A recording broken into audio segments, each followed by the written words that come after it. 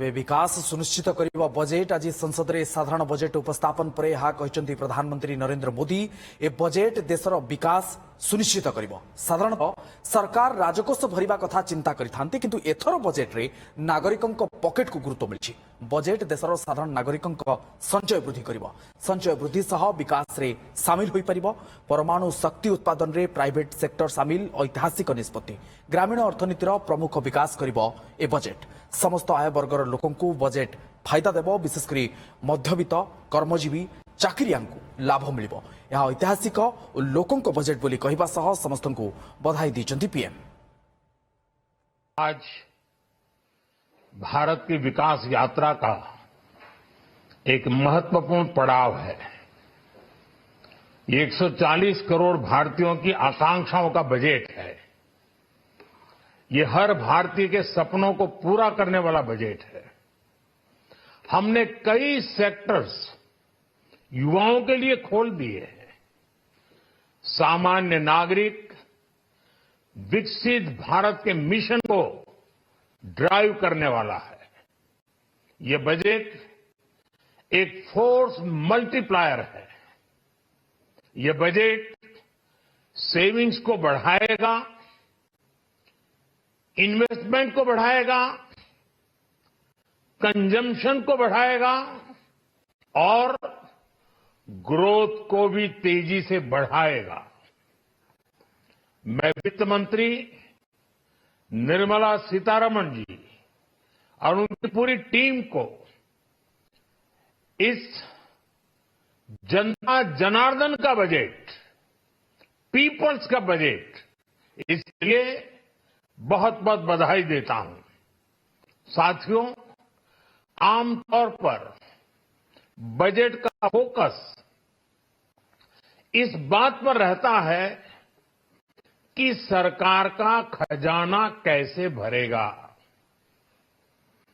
लेकिन ये बजट उससे बिल्कुल उल्टा है। लेकिन ये बजट देश के नागरिकों की जेब कैसे भरेगी, देश के नागरिकों की बचत कैसे बढ़ेगी और देश के नागरिक विकास के भागीदार कैसे बनेंगे, ये बजट इसकी एक बहुत मजबूत नींव रखता है। साथियों, इस बजट में रिफॉर्म की दिशा में महत्वपूर्ण कदम उठाए गए हैं। न्यूक्लियर एनर्जी में प्राइवेट सेक्टर को बढ़ावा देने का निर्णय बहुत ही ऐतिहासिक है। ये आने वाले समय में सिविल न्यूक्लियर एनर्जी का बड़ा योगदान देश के विकास में सुनिश्चित करेगा।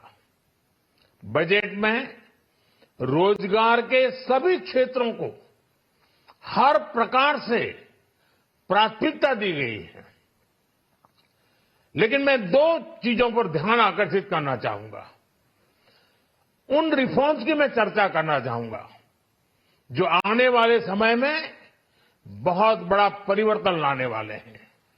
एक, इंफ्रास्ट्रक्चर स्टेटस देने के कारण भारत में बड़े शिप्स के निर्माण को बढ़ावा मिलेगा।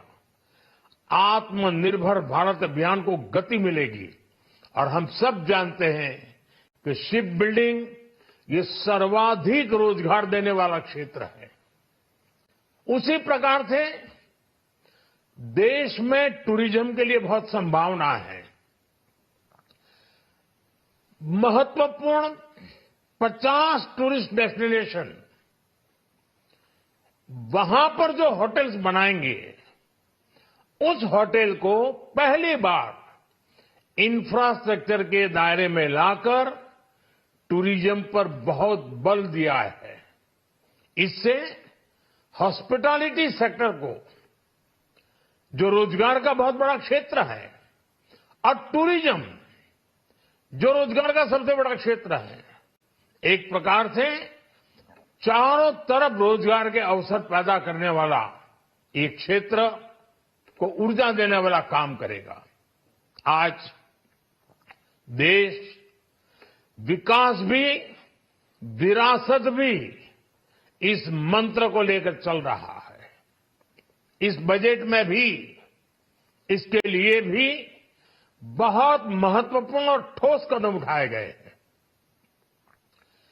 1 करोड़ पांडुलिपियों के लिए संरक्षण के लिए, मैन्युस्क्रिप्ट के लिए ज्ञान भारतम मिशन लॉन्च किया गया है।